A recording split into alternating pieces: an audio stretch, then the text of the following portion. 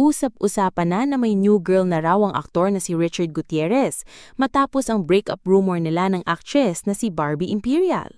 Wala pa itong kumpirmasyon, pero ang nililink ngayon kay Richard ay si Charlotte Winter, ang social media personality at dating girlfriend ng self-proclaimed pambansang marites na si Sean Gaza.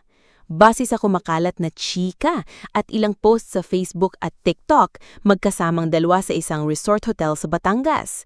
Ibinandera pa nga ng mga marites ang ilang solo pictures nila na makikitang tila nasa iisang lugar lang sila. Bukod dyan, may mga candid pictures din na magkatabi sila sa isang sofa, sa isang resto, ngunit mukhang may iba pang mga kasama. Heto ang caption ng isa sa mga nang-iintriga kina Richard at Charlotte.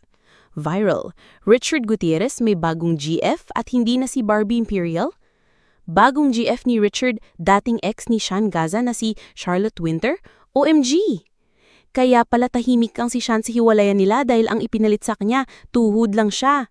Ganda laman din kasi ni Charlotte Winter, sino na di mabibighani dito. At ang latest news, at break na sila Barbie at Richard.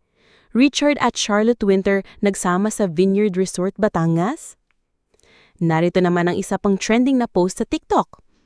Richard Gutierrez at Charlotte Winter huli sa akto, sila pala magjowa ngayon. Kala ko jowa ni Barbie si Richard, crush ko pa naman si Charlotte Winter.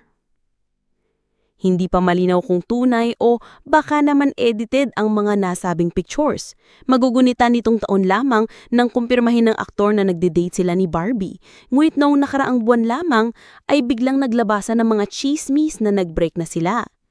Until now, nananatiling tikom ang bibig ng dalawang artista kung tunay ngang naghiwalay na sila.